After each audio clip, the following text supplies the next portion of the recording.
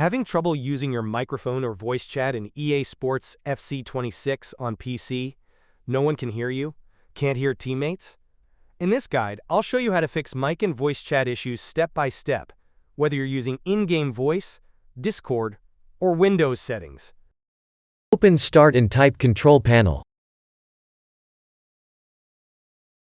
Open U Control Panel.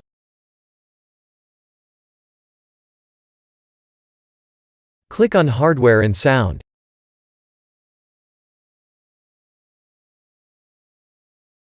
Click on Sound.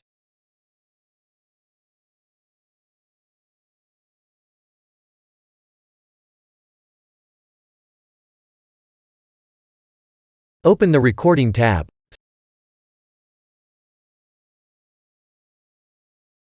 Select your mic. Now click on Set Default.